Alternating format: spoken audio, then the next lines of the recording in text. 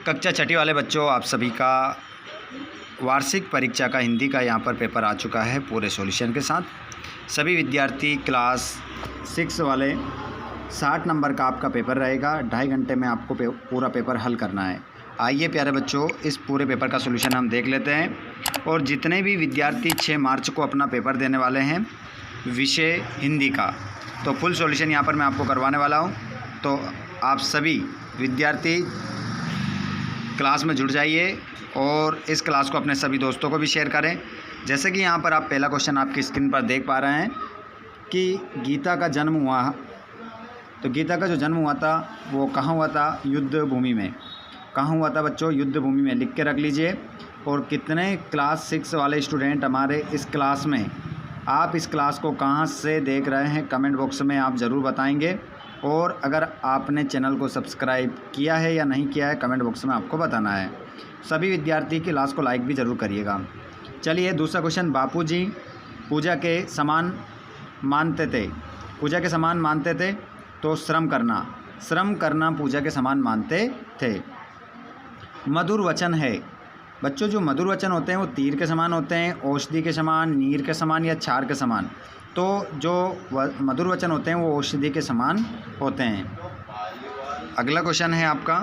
Question को ध्यानपूर्वक note करते चले सभी विद्यार्थी और अपने दोस्तों को इस क्लास को शेयर कर दीजिए। बाबा भारती को खड़क सिंह ने रोका। तो बाबा भारती को खड़क सिंह ने रोका। अपाहिज बनकर, वैद्यकांत बनकर, किसान बनकर, पुजारी बनकर। तो यहाँ पर आपका जो प्रश्न है चौथा वाला, इस प्रश्न का जवाब आप सभी हमें कमेंट बॉक्स में बताएंगे। देखते हैं कितने बच्चे इसका क्या आंसर बताते हैं। तो आंसर तो आपका स्क्रीन पर आपको नज़र आ ही रहा होगा। अगला क्वेश्चन है, संज्ञा व सर्वनाम की विशेषता बताने वाले शब्द कहलाते हैं। संज्ञा या सर्वनाम की विशेषता बताने वाले जो शब्द हैं वो विशेषण आपके होते हैं। धरा समतप्त हो रही है, किससे? पुण्य से, दया से, दान से, पाप से।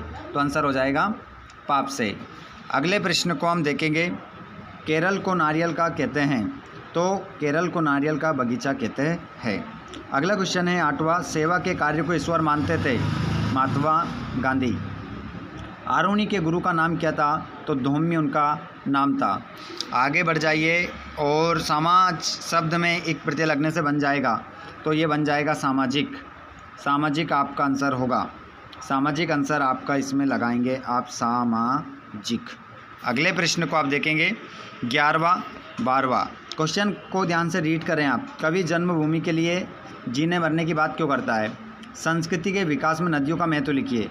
कमल की आंखों में ओझल होते ही निर्मला की मनोदशा का वर्णन कीजिए। और 2 देशों की मुद्राओं के नाम बताइए। जैसे कि भारत की रुपया होती है और पाकिस्तान की भी रुपया है, ठीक है। और भी मैं आपको बता दूंगा। चलिए आगे देखिएगा। संस्कृति के विकास में हो गया, ये भी हो गया। गीता को किन की बातों में छलावा नज़र आ रहा था? वो छलावा क्या था? वृक्ष ना हो तो पर्यावरण पर क्या प्रभाव पड़ेगा? ये सभी क्वेश्चन आप देख लीजिए इनको, और आंसर मैं आपको डायरेक्ट बताता हूँ। क्वेश्चन आप अच्छे से देख लीजिए और आंसर देखना स्टार्ट हम करेंगे। ये 11वां प्रश्न आपका ये रहा। ये 11वां है, कवि जन्मभूमि के लिए जीने मरने की बात क्यों करता है? तो जन्मभूमि ही हमारे अस्तित्व का परिचायक है। दूसरा ये 12वां वाला 12वां क्वेश्चन है ये, संस्कृति के विकास में नदियों का महत्व लिखिए।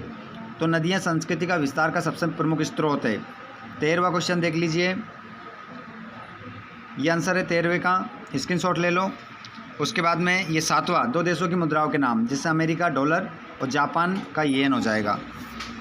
आगे बात करें हम, ये 15वां क्वेश्चन का आंसर, गीता को किन की बातों में चलावा नज़र आ रहा था?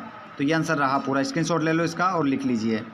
ये रहा 16वां क्वेश्चन, वृक्ष ना होता तो पर्यावरण पर क्या प्रभाव पड़ता? उसका आंसर देख सकते हैं। 16 का आंसर देख सकते हैं, 17 का आंसर देख सकते हैं। स्क्रीन पर आपको सारे आंसर नज़र आ रहे हैं, स्क्रीनशॉट ले लो। क्वेश्चन भी नज़र आ रहा है। ये क्वेश्चन नंबर अगला आपका, अपनी पाठ्यपुस्तक में किसी कविता की 4 पंक्तियाँ लिखिए। तो ये कविता की पंक्तियाँ, इतने ऊपर उठो कि इतना आसमान है, और इतने बड़े बनो जितना सूरज महान है, ऐसे बढ़ो कि जैसे निर्जर बढ़ चलता है, पर टीले पर चट्टानों पर चढ़ चलता है। देख सकते हैं आप, और ये आपका जो प्रार्थना पत्र था 2 दिन का अवकाश लेने हेतु, ठीक है। तो ये पूरा आंसर है इसका।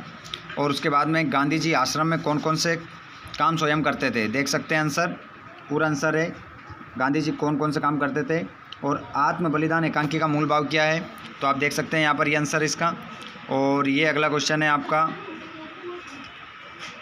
25वां और ये है आपका 26वां, ठीक है। सभी क्वेश्चन के आंसर आपको प्रोवाइड करवा दिए गए हैं। क्लास अच्छी लगी हो तो लाइक कर दीजिएगा, अपने दोस्तों को शेयर ज़रूर करिएगा और आने वाले वीडियो को प्राप्त करने के लिए चैनल को सब्सक्राइब करिएगा ताकि आपको हर एक वीडियो की क्लास सबसे पहले आपको मिलती रहे। धन्यवाद। Thanks for watching. जय हिंद।